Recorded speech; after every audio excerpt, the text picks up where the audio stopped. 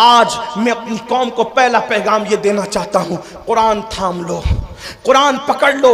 صرف تیجے 10ویں 20ویں پہ قرآن پڑھنے کی کتاب نہیں، بلکہ قرآن روز پڑھیں اور کنز الایمان ترجمے کے ساتھ پڑھیں۔ قرآن کو ترجمہ کنز الایمان کے ساتھ، اردو زبان میں جو صحیح ترجمے ہوئے ہیں اس میں صحیح ترین ترجموں میں صف اول پہ جو ترجمہ ہے اس کو کنز الایمان کہتے ہیں۔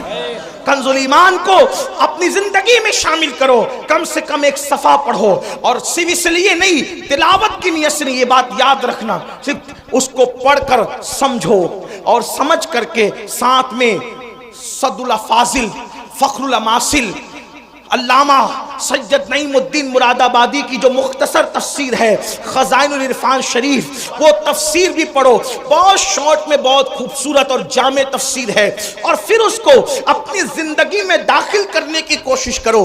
آپ سے پوچھتا ہوں، جو قرآن کی آیت لکھ کے سینے پہ لٹکا لے، جب اس کے مسائل حل ہوتے ہیں تو جو قرآن کو اپنی زندگی میں داخل کر لیں، جو قرآن کو اپنی زندگی میں شامل کر لیں، آپ جانتے ہیں قرآن اگر پڑھو گے تو قرآن پڑھنے کی برکت سے لوگوں کا خوف دل سے نکلے گا۔ قرآن کی تلاوت کرو گے، زبان پر سچائی جاری ہوگی۔ قرآن کی تلاوت کرو گے، آپ کی شخصیت باروب بنے گی۔ قرآن کی تلاوت کرو گے، آپ کی شخصیت با اثر بنے گی۔ قرآن کی تلاوت کرو گے، آپ کی ذلت عزتوں میں تبدیل ہو جائے گی۔ قرآن کی تلاوت کرو گے، ناکامیاں کامیابیوں میں تبدیل ہو جائے گی۔ قرآن کی تلاوت کرو گے، دشمنوں کو اللہ تمہارے قدموں میں جھکائے گا۔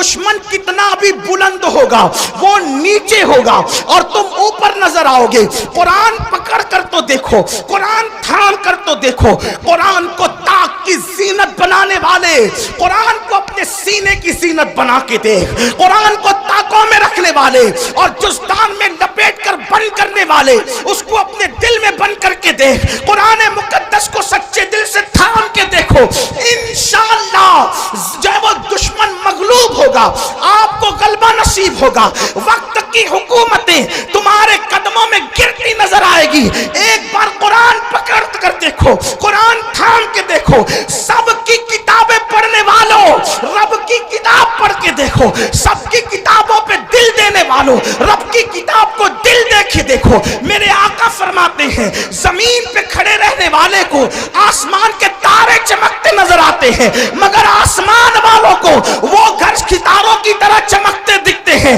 جس گھر میں قرآن کی تلاوت ہوتی ہے۔ جس گھر میں تلاوت نہ ہو وہ گھر ویران قبرستان کی طرح ہے۔ قرآن کو پکڑو، اس لیے کہ قرآن ادنا کو اعلیٰ کر دیتا ہے، قرآن بلند کر دیتا ہے، قرآن عزت دیتا ہے، قرآن عروج دیتا ہے، قرآن کامیابی دیتا ہے، قرآن کامرانی دیتا ہے۔ اللہ اکبر، قرآن اللہ کی کتاب ہے، قرآن کلام اللہ ہے۔ اللہ اکبر، یہ اللہ کی نازل کردہ کتاب ہے۔